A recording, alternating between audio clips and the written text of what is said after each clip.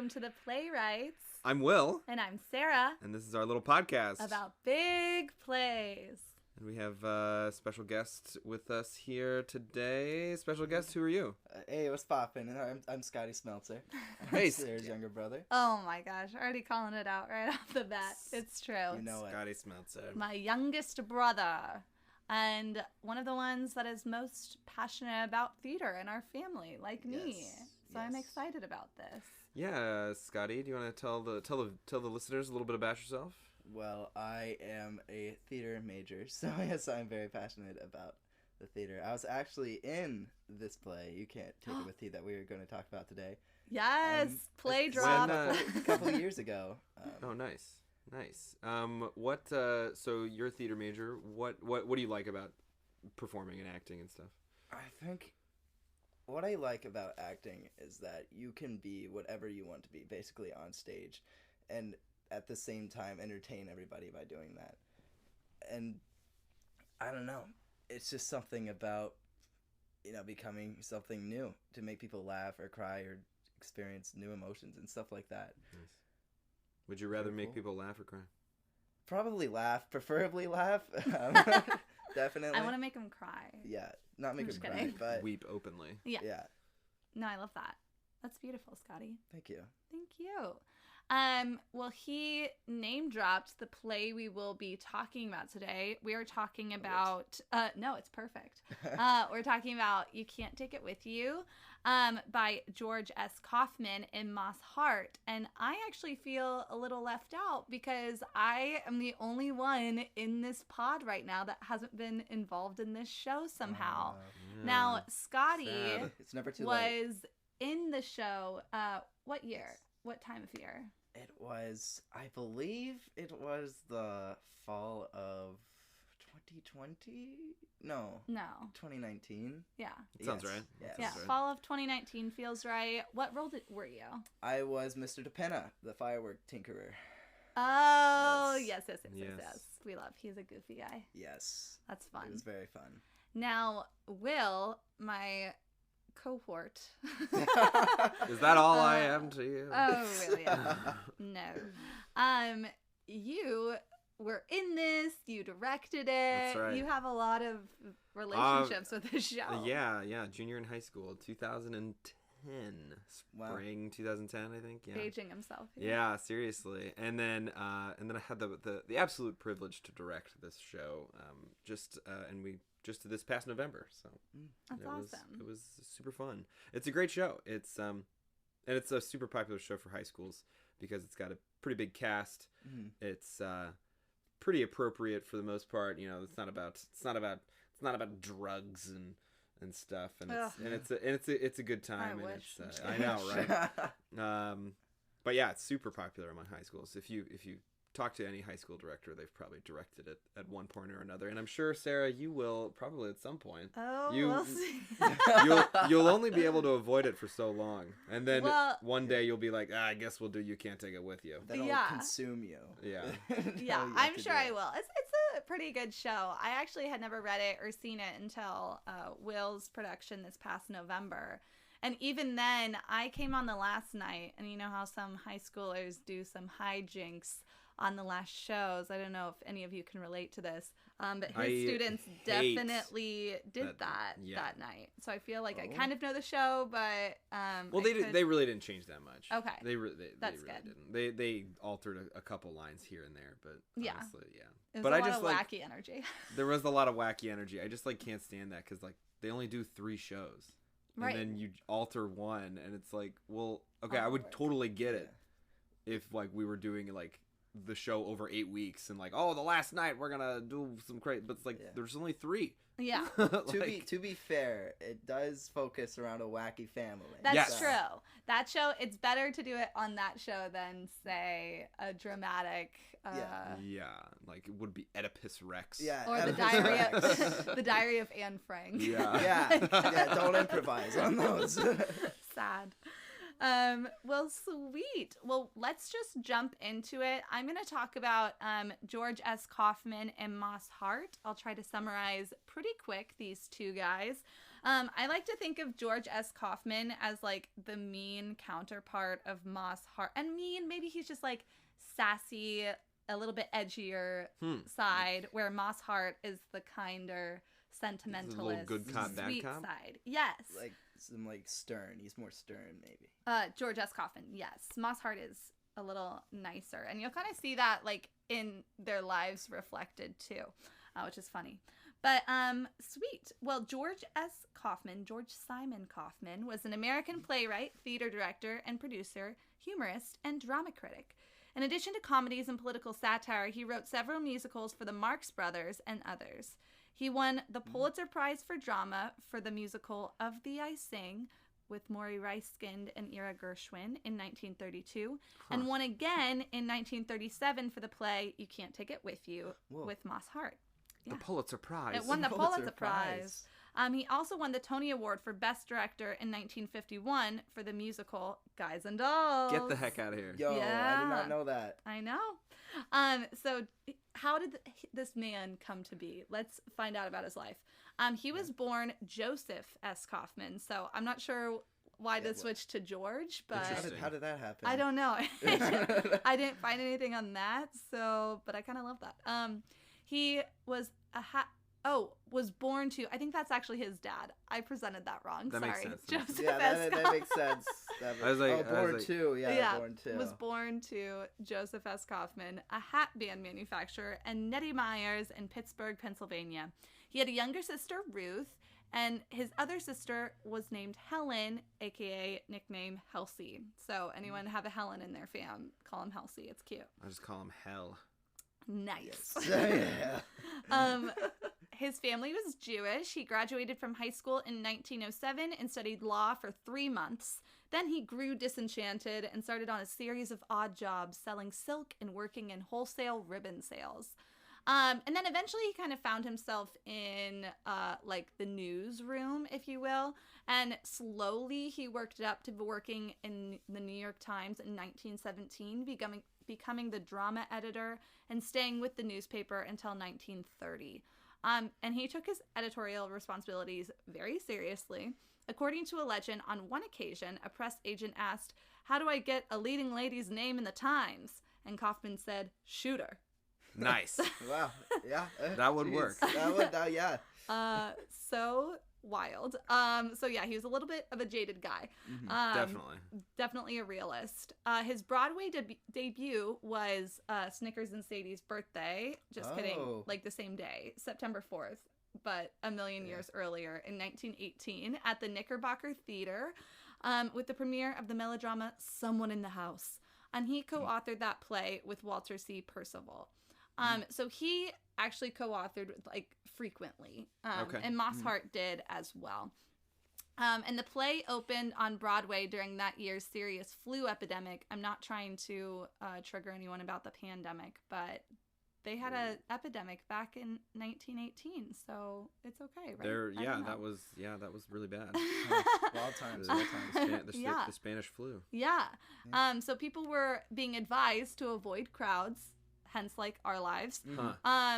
And with dour glee, Kaufman suggested that the best way to avoid crowds in New York City was to attend his play. Nice. Yeah.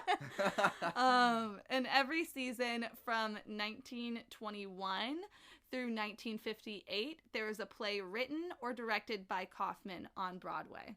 Wow. Yeah. That is impressive. Huge. And despite his claim to know nothing about music and hated it that it like was in the theater, so we tried to avoid it for a while. He eventually collaborated on those musical theater projects that we had heard about in the beginning. And the most successful of the efforts was 2 Broadway shows crafted for the Marx Brothers. The Coconuts, written by Irving Berlin. Coconuts. Is it just the Coconuts? Coconuts? Why is it spelled with an A? Because like Is that cocoa, like cocoa, you know, like is that just an Cocoa alternate? Nuts. when you use like hot It cocoa, like you know. Is that like a play? Is it a play on words or something? Yeah, it's a play on words. I think. Cocoa Nuts. Well, it was written with Irving Berlin, who did the Nice. music for it. And then Animal He's pretty good, Crackers I was guess. another one that Animal he wrote. Crackers? Yeah, I know. Huh. I've never heard of these musicals. You should check them out, maybe. I know. Well, the Next Coco year at St. James Academy, we're gonna do Animal Crackers. Oh. Everyone's like, crickets. losing their mind. Yeah. They're like, what did they Like, drop? what is that? We are not doing that. That is, or maybe, who knows? Well, Don't count it out. yeah.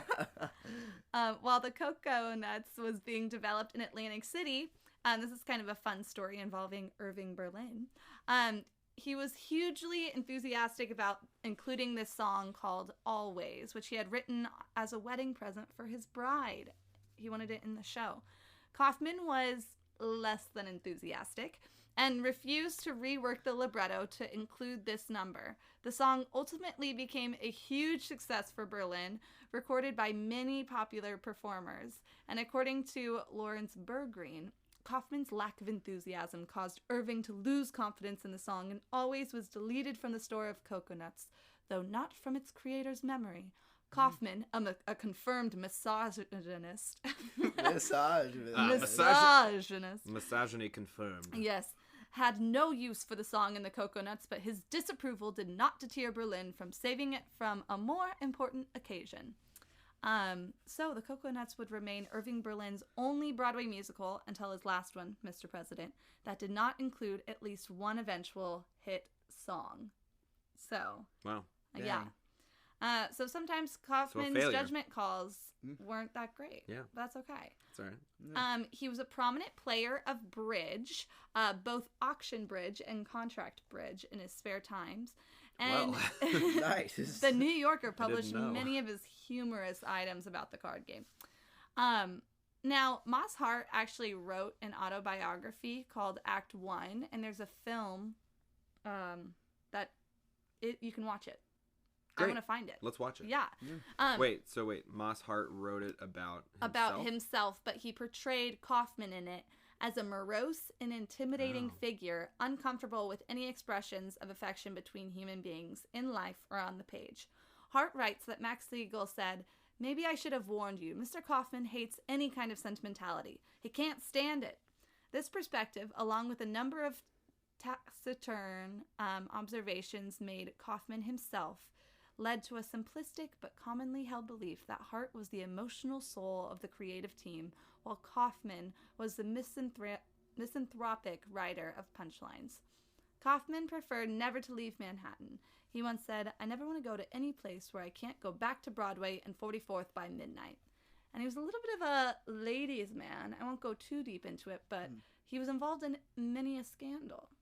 Now, we're going to go to Moss Hart. George. Poor George. A misogynist and a ladies' man. Yes. The Can Playboy They- of plays. Yeah. Ooh. This is why we have you on the show. Keep those Just coming. for that. Well, moving on to, we're going to end with Nice, Moss Hart. He's a little bit, I don't know, there's a little less on him. So I was like, does niceness equivalent with not as much success? Who knows? Or maybe he just had a better balance, like home life and work life. Yeah, it seems like George S. Kaufman was like Broadway was his life. Yeah. You know, That's all he did. That's all he did, you know. Yeah. Well, Moss Hart was an American playwright, librettist, and theater director. He was born in New York City, son of Lillian and Barnett Hart, a cigar maker. He had a younger brother, Bernard. Is it Bernard or Bernard? Bernard, probably. Yeah.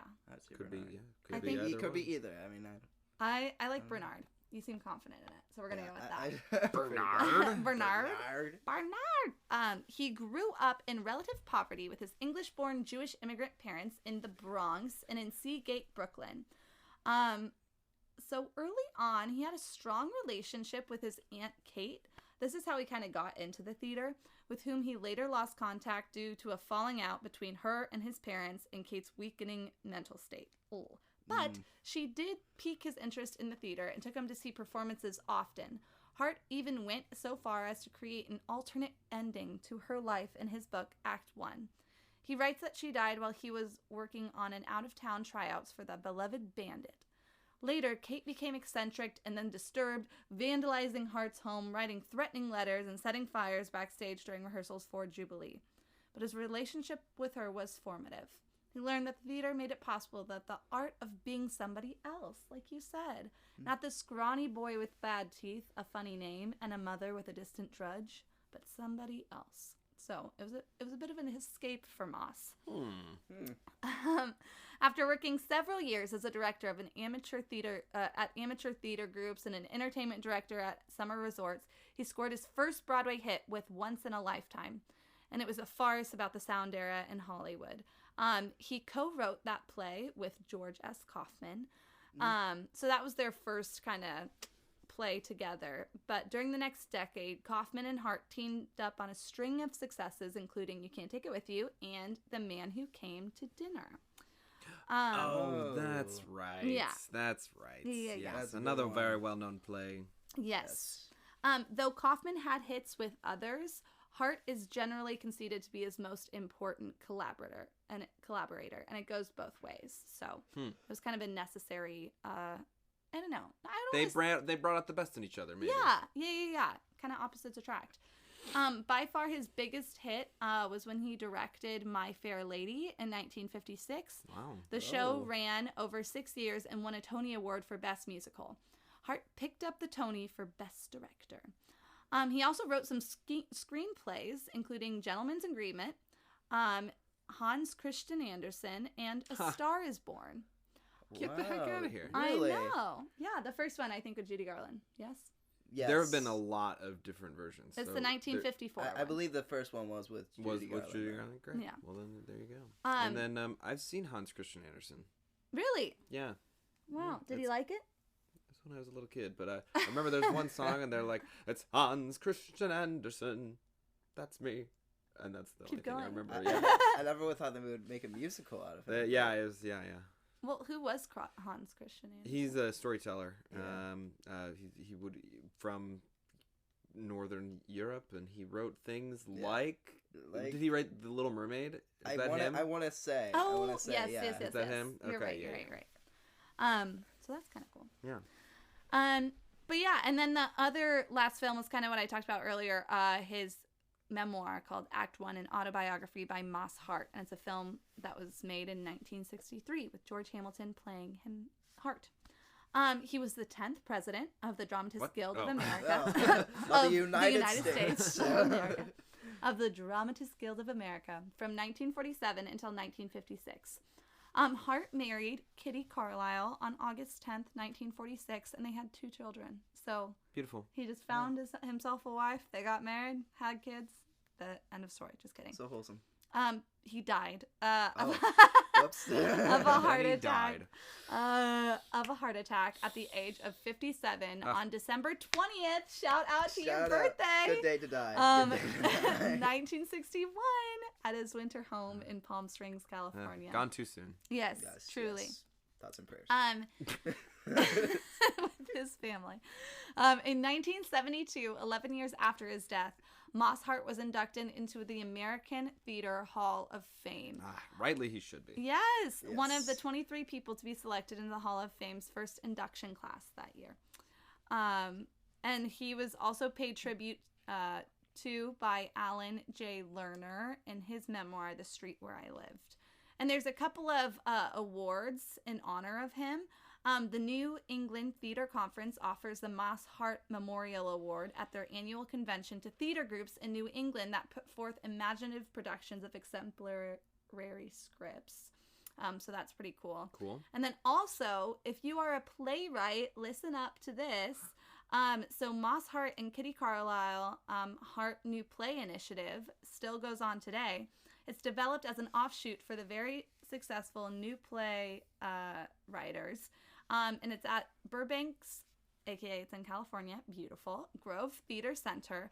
The Moss Hart and Kitty Carlisle Hart New Play Initiative expands the program to one of the few programs of its kind where a playwright will be guaranteed a production of his or her play in Los Angeles, Burbank, as well as an off-Broadway premiere at one of the theaters in New York City. And it's the focus for it is like for the author and their vision of their work to come to life in like really mainstreams of theater. So Cool. Oh. that's pretty cool. If you're a playwright, look into that. And Yeah, I'm very so prestigious. sorry I screamed for 20 minutes about. No, you're good. No, I mean, you we had are two. We don't great. usually have two. We don't usually have two playwrights. Yeah, so that was you a gotta- lot. You got double. Yeah, no I worries. know. No worries. It was a great job. Great. So a little bit of just a little bit of I don't know historical context in this play. All you really need to know is it takes place in the 30s, and that was during the Great Depression. But they hardly mention it, so it doesn't really matter. I feel like it's meant as like a distraction Absolutely, for their yeah, audiences. absolutely. You Yeah, know? so there's one passing reference to the Depression, and that's it, and that's okay. I believe that the Great Depression kind of ties in with the theme of the story. Absolutely. Of how gaining money is worthless if it doesn't cause immediate happiness. And so I think that's a message that a lot of people needed during that time. That's true. Because, yeah, it was like the people, I mean, by the end, it's like family.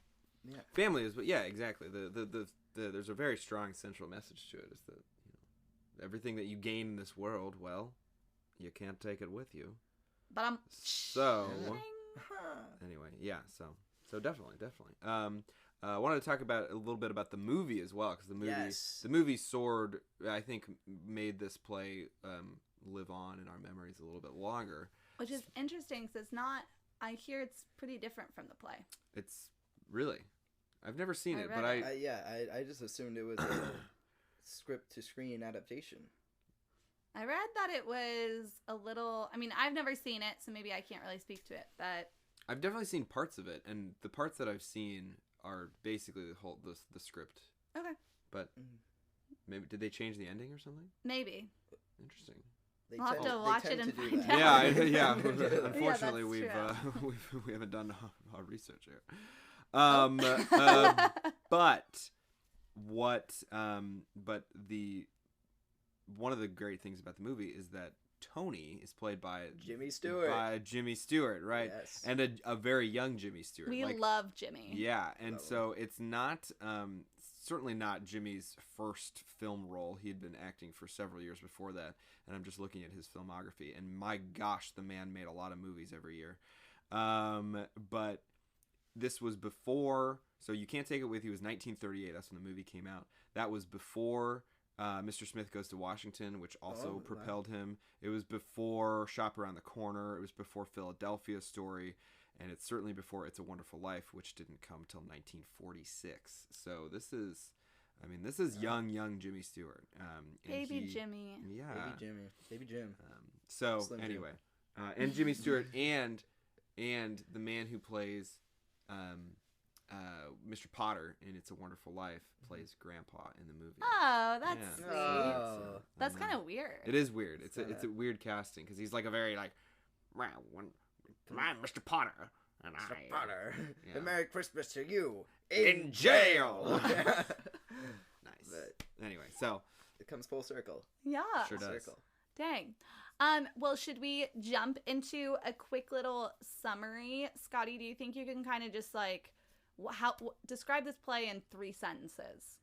What's it about? In What's it 3 about? sentences. Wow, I don't believe I could do Or that. fewer. Or fewer. Or fewer. I'm just wow, kidding. That's I'm good. kidding. Just you don't have to go into. We're just saying like you don't have to go into every detail. Just give us kind of an rundown. overview. So it's kind of a Romeo and Juliet-esque story. I would agree. We have a wacky, the Sycamore families who are very, very unique. Every one of their family members does a separate thing. There's a person who writes really like romantic and adventurous plays. Another person is a ballerina, and then there's a xylophone player, and then I believe the youngest daughter is like the more like quote unquote normal of the group, and just wants to everything to fit in perfectly because she wants to get married to this boy from the Kirby family. Ah, Now and what's the Kirby family like? The Kirby family, they are just very, very formal and very like high standard. The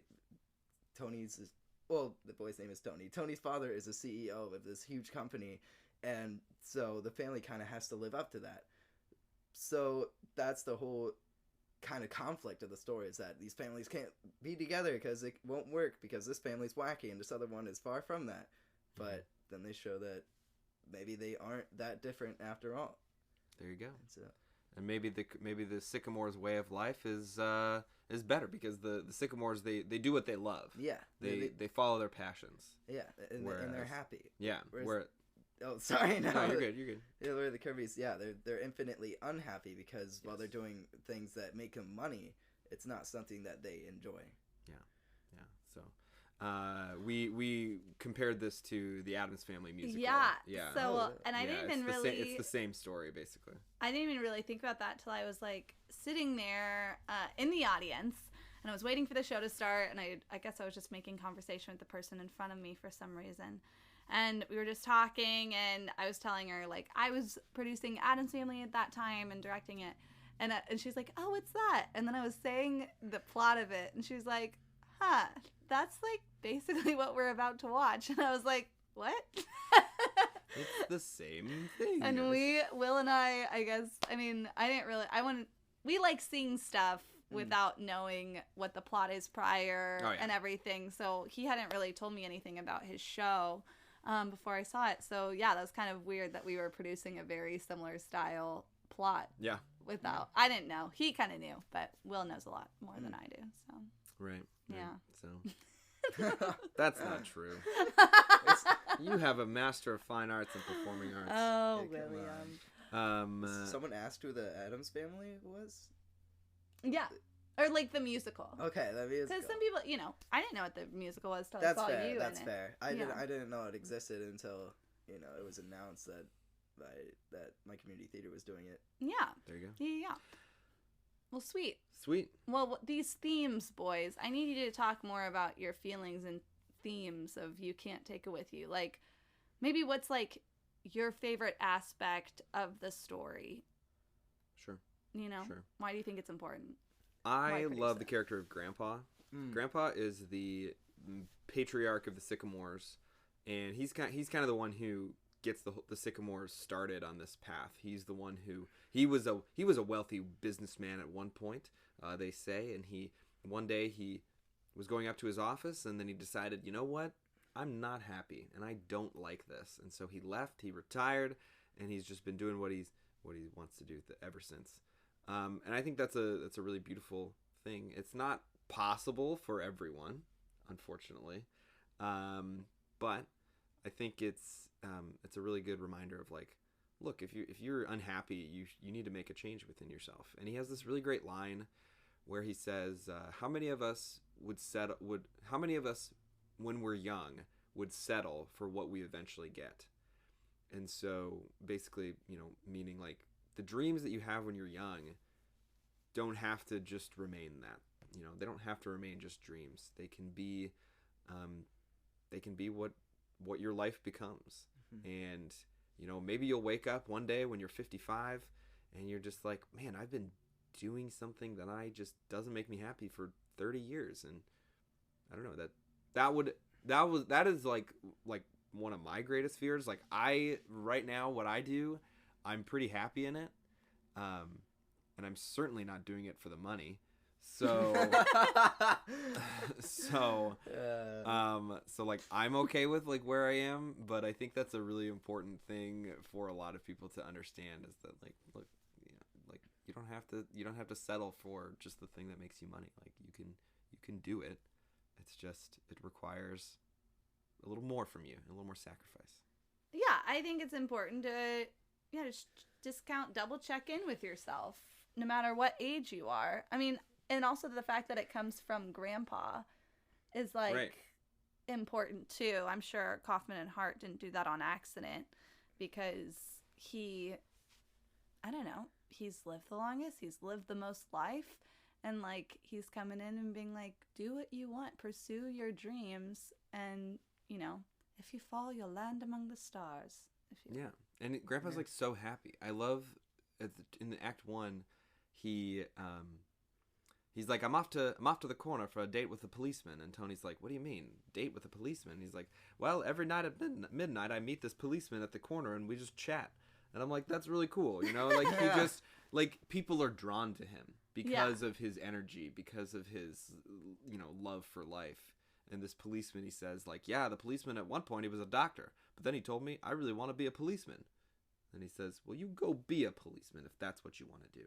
I know this play really well. I know. Doesn't he go to like graduation ceremonies? Just yeah, for fun? yeah, exactly. He goes to hear commencements just for yeah.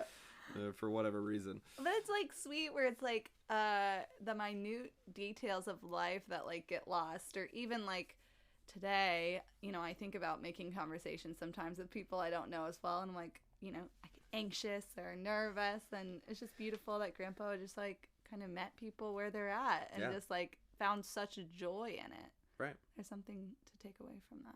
Yeah. Absolutely. Scotty, what about you? Any profound or not even doesn't have to be profound. It has to be profound. Yeah, it has to the be expectation. What was your? Did you take anything away from it when you were acting in it? Well, I couldn't take anything with me because the play told me. Heyo. Heyo. But no, I think the theme of family is very important in it because there are multiple scenes where all of them are just sitting around the table and talking about their interests and what they think will happen in the following days. And there's a running occurrence throughout the show where the family, they all have their different interests and they're all wacky and it's well established. But for Alice, for that one night where she wants to, introduce like her family to the guy's family who she wants to marry, that they all were just like, okay, we have to make everything right because we care about our daughter. And that's that's awesome to me.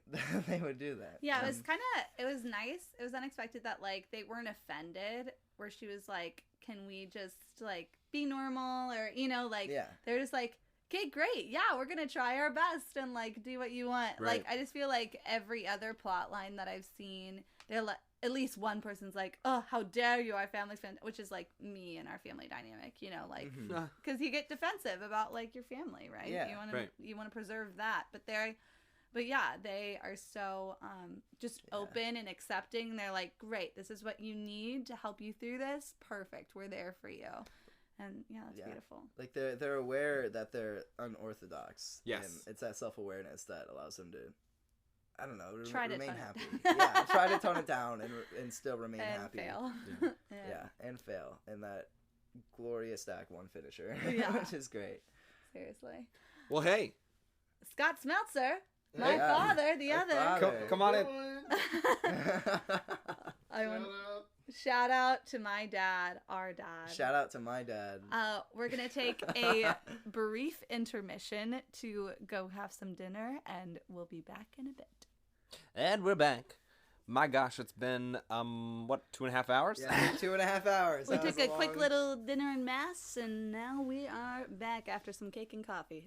Yes. Back and ready. Coffee. The classic. Scotty, you want to move closer? You want to move in a little bit? There we Yeah. go. Yeah, of course. We were just talking about, we were kind of wrapping up our discussion about themes and just thoughts on the actual show. I love that you guys both took something away from this that's kind of like deeper, because I feel like with comedies sometimes it's just easy to be like, yeah, whatever, it's just silly and goofy. Right. And a lot of this play is very silly and goofy, and actually like when I picked it, I was like nah, like I was kind of wrote it off as like, yeah, it's kind of a silly comedy. It's very lighthearted.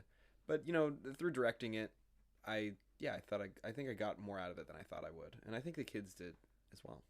Yeah, I mean, you have the whole script memorized, so basically. You could probably do it right now. I probably could, honestly. Now, since you both have been in it or a part of it, I want you to kind of talk about your own just like personal experience. Like, Scotty, you acting in it, what was it like as an actor? How did it help you grow as an actor? Will, maybe from your acting times, a fun story, or how did directing versus acting, how is that? So, Scotty, can we start with you? Okay, I had a fantastic time being Mr. DePena, and the primary reason why is it was the first time that I got to play a seriously deadpan role, where all the jokes were delivered in such a serious manner, and my partnership with the person who played Paul Sycamore, Zion Lang, shout out, our partnership kind of worked out through all of that, and it kind of strengthened both of our performances, and it was so funny, and it was such a fun time to be in, especially under direction of Andrew and Jana Milbourne. Shout out. Shout out our to great them. directors. Our great friends. Total shout out. Hope they miss me. Friends of the pod. Yes. But yeah, no, I miss it. Would I go back? Probably, but like, yeah, it's a great Would time. you, if you could go back, would you want to play something different? Would you want to play a different character in this? I'm not sure, because at first I auditioned for Tony, like every ambitious, actor would do. They would shoot for the lead, but then I found my place in Mr. DePena, and I don't know. It was just really... DePena's a fun role. It was very fun. Yeah, you get to dress up in the toga. Yeah. And they paint the picture of you. I got this stand there and pose and get hit by a firework, and it was so chaotic, and it was just... And at the end, you get dragged up from the basement. Let me get my pipe. Let me get my pipe. It was so great. Sometimes I think, actually always I think that like character roles are more fun and there's more to draw from than, say, the leading male or the ingenue. So I'm excited that even though, like, yes, it's easy to like go for the straight man, go for the leading boy, like, I feel like you grow more as an actor in those character roles. Exactly. Yeah, at least from my experience, I have. Yes. Yeah. I agree. It's also like, well, coming from a person who played Tony, I was Tony in my production. Wow, look at you. Yeah. Oh my gosh, I didn't even like comprehend that you were Tony. So Will's been showing me these pictures and he's like making out with this girl and I'm like, I didn't even process that you were Tony. Oh yeah, I was Tony. No, that's completely and I felt. Wait, how old were you? I was a junior, so I was 17. Okay, 17. Yeah. And I felt left out because I wanted to be funny, And so You do always have that desire. and I was like I don't get to be funny in this role. It was hard. It was hard being sometimes it's hard being the straight man because it's like I felt like it was boring. Yeah. Yeah. But you got to find your own, kind of humor in it. Like you certainly have license to be funny. Right. And Tony. you provide the counter so it is funny. Yeah. Right. Like without Tony, like the family would just like after like 10, 15 minutes be like, okay, like can we move along, Yeah. So he's so utterly normal. Yeah. That it and kind. It makes sense and kind, yes. Yeah. So it's sweet. William, from your youth, can you give a little story of your experience? Well, I do have one from You Can't Take It With You. 17-year-old me, and you got to be Tony's he's pretty suave. He's very charming, and Alice has fallen head over heels in love with him. And you got to play that up. You got to make the audience believe that you two are in love. And I was a 17-year-old person, but I feel like I had the maturity level of like probably a 12-year-old. I don't think I was. I always feel like I'm like 4 or 5 years behind where I should be. So right now I'm 29. I'm like, I could easily be 25 right now. That's so interesting because I always say that you're like 62. Yeah, I don't feel like I'm very mature, but I don't know. I believe I was also. I don't know. I believe I was also 17. A junior in high school. I took 17. the role. There you go. Look when at I was that. Mr. DeFena. Shout out. Whereas I had the maturity of a 9-year-old. As many people could. You better watch out, Scotty. You're gonna be a high school theater director one day. Shout out. Man, don't say that. Whoa. Hey, before my any feelings are hurt. But no, Will, you have always been the maturest person I know. Oh, thank you. Yeah, most mature. Yeah, Will. Maturest. Will, you're the best, man. No, thanks, guys. Well, I should pander to you more often for compliments. Anyway, no, but 17-year-old me, supposed to be a suave gentleman. However, 17-year-old Will had never been kissed. Oh. And there were several kisses in this play. Several, especially Act 1, Scene 2, where Tony proposes to Alice. And I had never been kissed.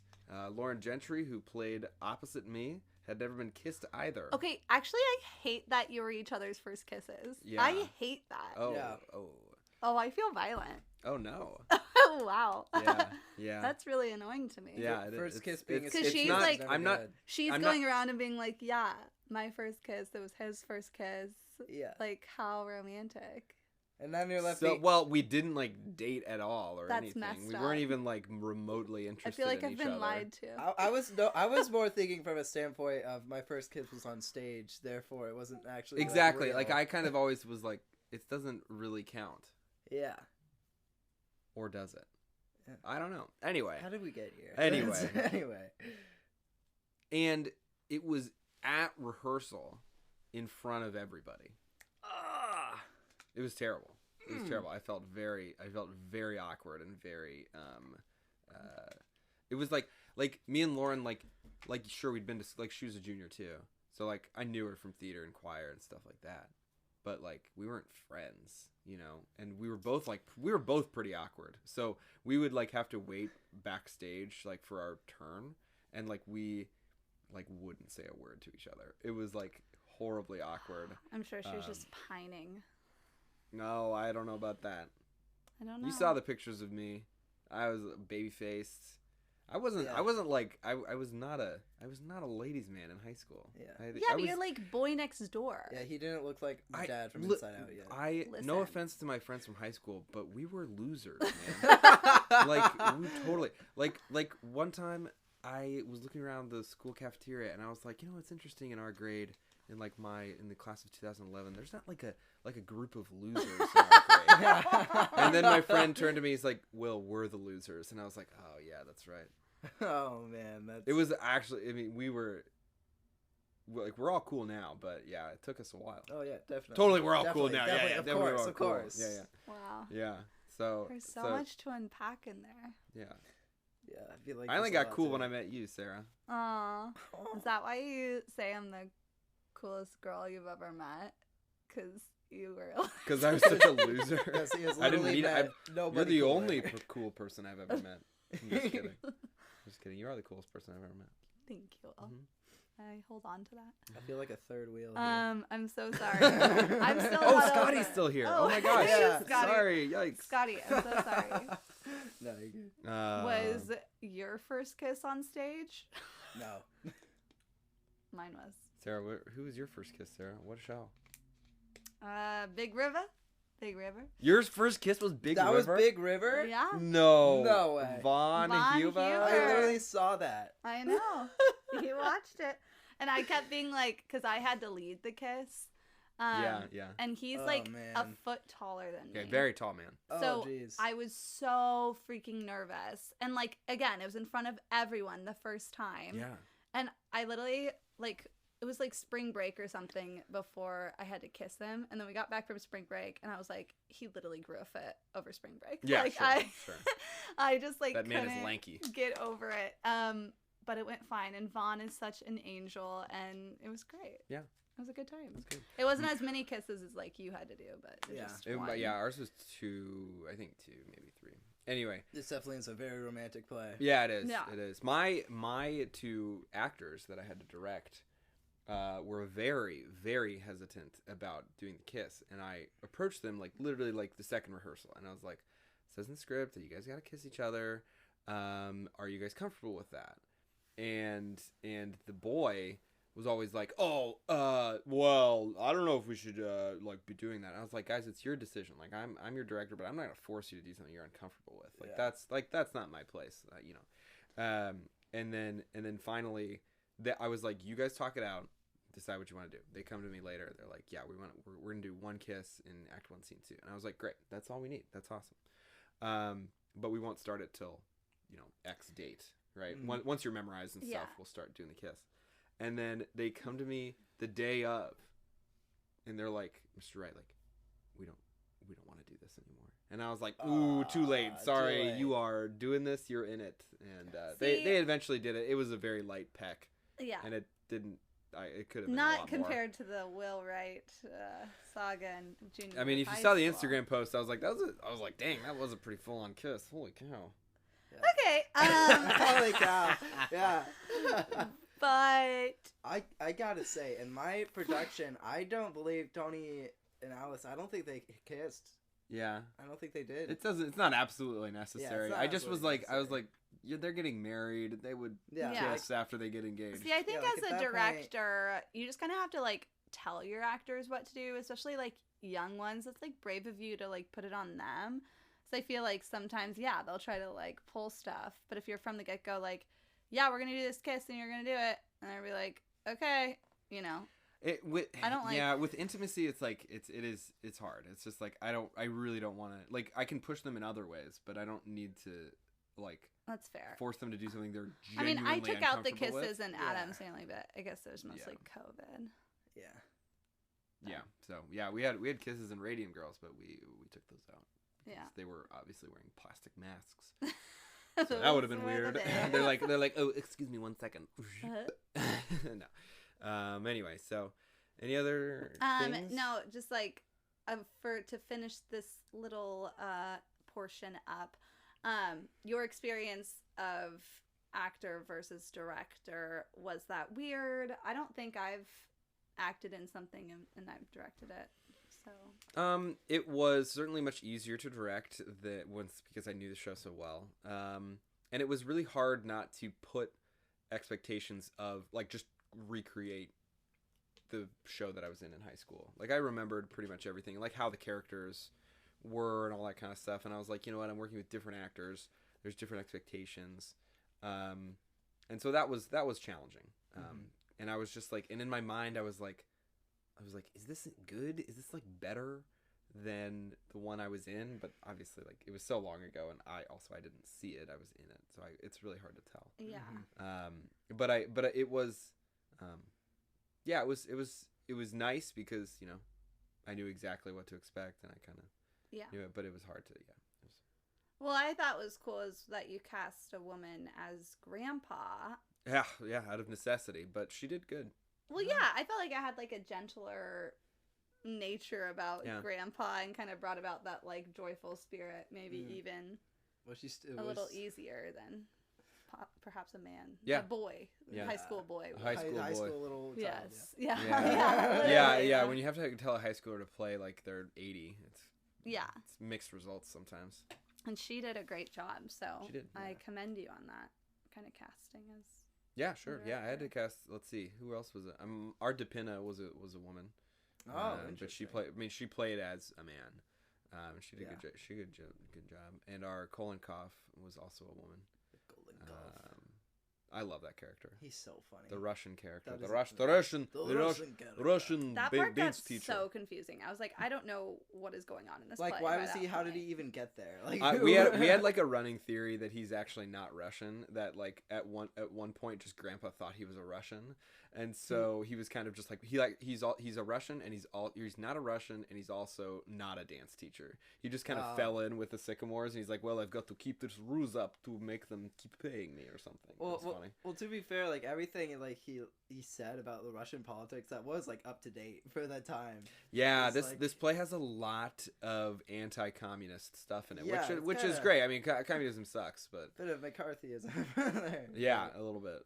You can definitely see that in the play. Yeah.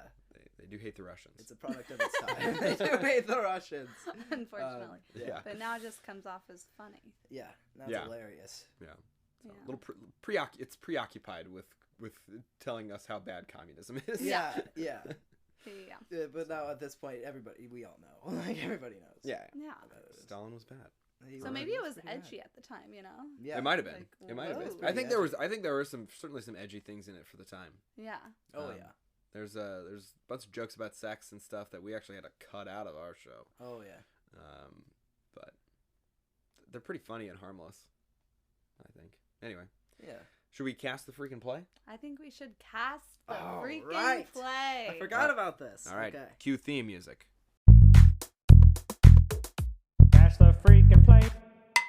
All right. So I'm going to be the judge of which actor these boys have cast in the following roles. We are casting only 3 characters today: Tony, Alice, and Grandpa. I think we should get started with Grandpa. Okay? Perfect. Scotty, do you want to start us off? Okay. So, starting with the Grandpa, I have Joe Pesci. Nice. Who's So you're Joe going with an Pesci? Italian Grandpa. Yes. Which There's an I Italian love grandpa. because I love Italian. Is Joe Pesci the robber in Home Alone? Yes. The short, fat robber. Yeah. Okay, That's him. I like him. Yeah, he's cute. He's a grandpa. Yeah. Will. I like that. What's your thought process behind that? Yeah. Thought process behind that? Wow. Yeah. You see, I liked him in The Irishman. Ah. And Did you like The Irishman? Yeah, it was pretty good. It was good for how long it was, but after a while, I didn't really notice of how long it was. But no, I feel like Joe Pesci, even though he was an Italian mobster, he just had that like grandpa like vibe to it. He was just like so, like I don't know. He'd be good. Friendly. He'd be good. Friendly guy. All right. Me, I thought about Brian Cox for a long time, and I was like, maybe he would be. I think he would make a good grandpa. Whoa. I mean, he obviously would play the opposite of his character in Succession. Yeah. But I went instead with John Lithgow. Lord Farquaad. Lord Farquaad, yes. He's got a kindly face. I think he's got a very kindly voice, and he just. Oh yeah. Yeah.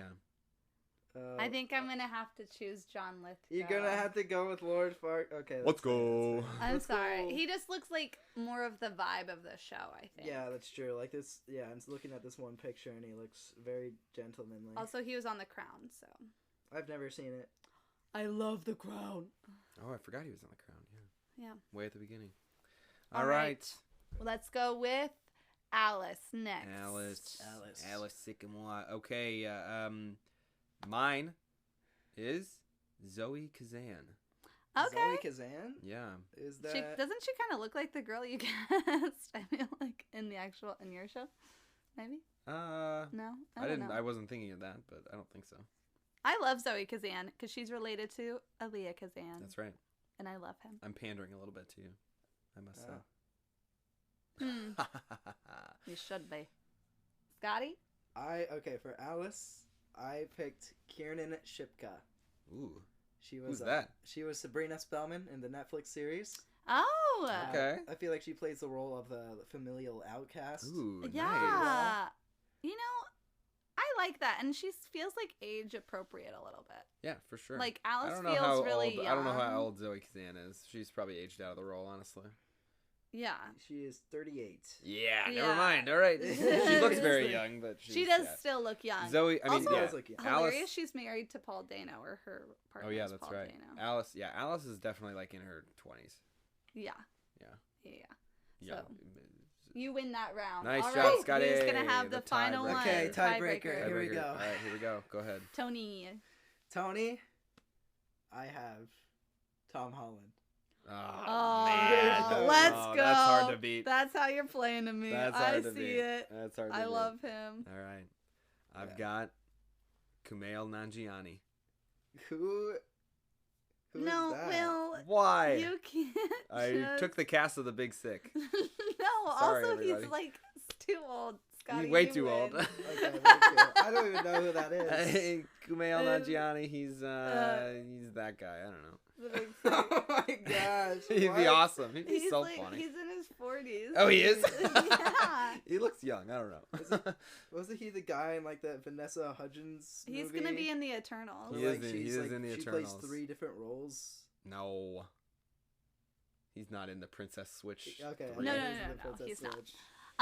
So Scotty wins. Dang it. Way to go. Thank you. I'm proud of you. I thought long and hard. Yeah. Yeah, Got those it. are good. Those are were solid. impressive. Okay, so now, Scotty, we move into a segment where we ask each other questions, okay? And there's 4 questions we always ask. Okay. The first one, do you feel hot today? What? Do you feel hot today? Absolutely. Why?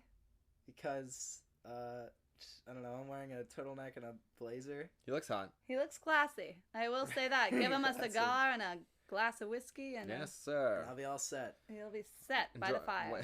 Gonna enjoy a nice, quiet Sunday evening. Yes.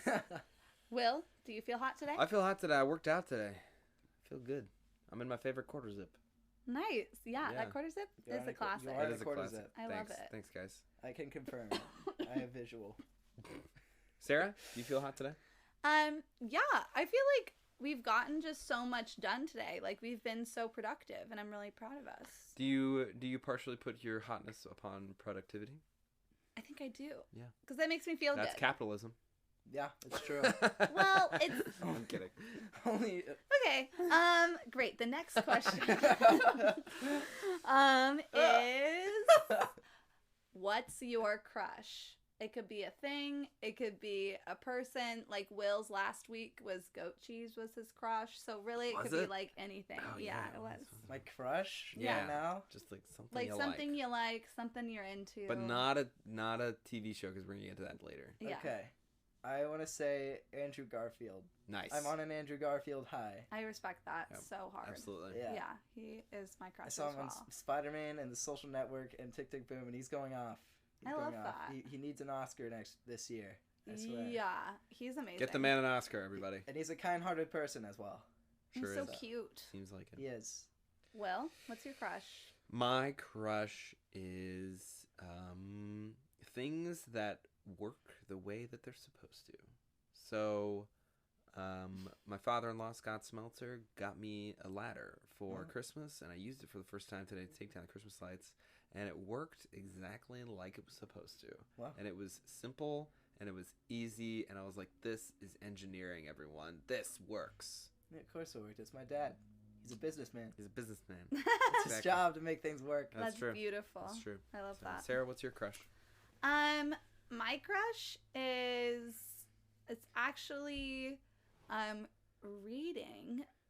I don't know. I was telling Will I'm reading Where the Crawdads Sing, and I wasn't able to read it for a couple days, and I found myself like missing it. I was like, how's Kaya doing? Let me check in. Let Mhm. me go back into that world. Absolutely. And I just like I haven't read a book in a while, TBH, so it just feels really nice and I'm really excited about it. Bless So, you. Thank you. yeah. And what's the other question? Are you mad at me? Oh, Scotty, are you mad at me? No.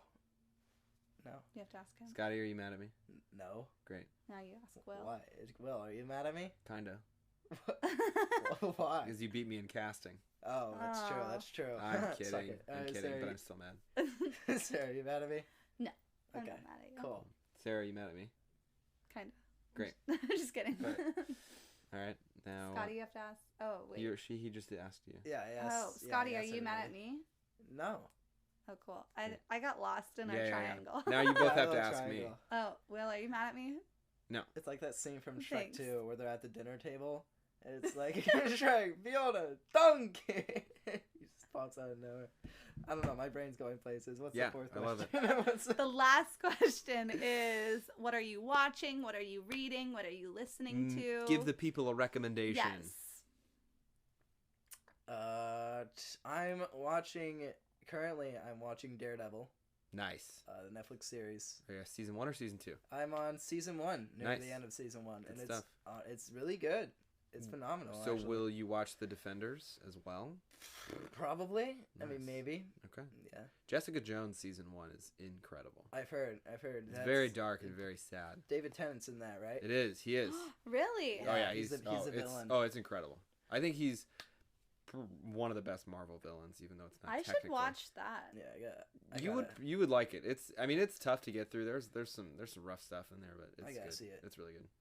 Interesting. Also, The Walking Dead Oh, on really? Netflix. Nice. I'm on season 2. That's also great. Nice. Nice. It's messed, but I only seen the first episode. Mm. But it's good. yeah. Will, What am I watching?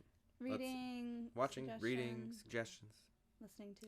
I am watching the Book of Boba Fett on Disney Plus. Oh, right, that came out, didn't it? Yeah. It's just episodes 1 and 2 right now, and I'm a fan. You know, I like the Star Wars stuff. Like, I kind of like it more than Mandalorian season 1 at this point. Really? Mandalorian season 2, super good. I liked that a lot. Mandalorian season 1 just like didn't always do it for me, you know. Yeah. I kind of like where this is going a little bit more. It's not so much like, I felt like Mandalorian season 1 was like a lot of like monster of the week, where he's just like, okay, you got to go get this thing for me or whatever. But Boba Fett kind of feels more like a complete story. I respect that. Yeah, I think it's good. It's actually very reminiscent of Arrow season 1, if you guys are familiar. Oh, yeah. Where it's kind of got flashbacks to kind of how he got to where he is. Anyway, That's TBT. interesting. TBT to Arrow. Arrow seasons 1 and 2, incredible. I didn't know you saw Arrow. Yeah, Yeah. I followed Arrow through like season 4. Oh yeah, We And then watched I got really sick of it. Yeah, I watched up to season 6 and I was like, all right, they're just, They're kind everyone's of doing dead. the Oh wow, everybody's dead. Everyone's Will Did and Diggle I- die? No, Oh, that's good. don't worry. Will and Don't I worry about watched it together That's when right. we first started dating That's right. with pizza. Arrow was the first Netflix. I mean, it's not a Netflix series, but it's the first series on Netflix that I watched That's beautiful. because I had your Netflix password. Yeah. Well, Perks. Yep. Perks.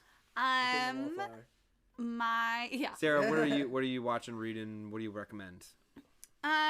Well, I'm not sure if I said this last week. I can't remember, but we finished The Landscapers. Yeah. And Wow, good. I do recommend that. It is very good. If you have HBO Max, you should watch it. It's a limited series. There's only 4 episodes. Olivia Colman's incredible.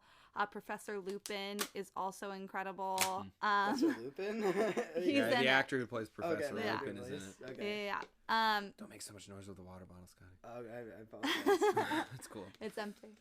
But yeah, it was really, really good. It's based on a true story. It's about a murder. So it's like a murder mystery, but Yeah. also about a couple. And I don't know, the acting is just so compelling, and I just loved it. They do So- like a lot of interesting things with the Yeah. camera as well. The cinematography and kind of just like how they set it up is interesting. Yeah, it's very artsy, and it probably goes on way longer than it needs to, but I don't know. Will and I were just pretty captivated, and we kept watching it. Yeah, I love was me down. some artsy. Yeah. I definitely thought it was going to be wackier than it was. And it was not. It It was was not very very wacky. sad. Yeah. Oh. But I didn't cry sad. It was just like Is it like Emmy? Yeah. Emmy worthy, you think? It could yeah, be. Could I be. think so. Certainly. It should be. It's a limited series, yeah. So yeah, I bet it'll get It'll get something. something. And Or at then least nominated. we have to continue it, but we started season 11. Is that what it's called? It's called Station 11. Sorry, Station. I was gonna say there's 11 seasons. No, we started a show called Station 11. We just watched the first episode, so it's a little too early to tell, but I liked it. I've heard like great things about Yeah. it. Like it is certainly a slow burn, but it's Yeah. certainly worth it. I think we only it was hard for me to watch the second episode because the first episode is basically about a pandemic happening, Yeah. and it was just a lot, and it was Yeah. a worse pandemic than ours, and it was just I don't know if I need to be watching something that we're experiencing Yeah. every day. Yeah. Yeah. So, but now we're in post-apocalyptic Yeah. time. And it's about I've heard, we haven't really gotten to this, but it's about an acting troupe Yeah. in the post-apocalypse, after the apocalypse basically, Yeah. and they're trying to carry on Shakespeare and stuff. Yeah. That's awesome. Yeah. So- I love that. We need to watch more of that, but that's kind of on my list. And then I kind of already mentioned Where the Crawdads Sing. I'm really excited and pumped about that, so it's good.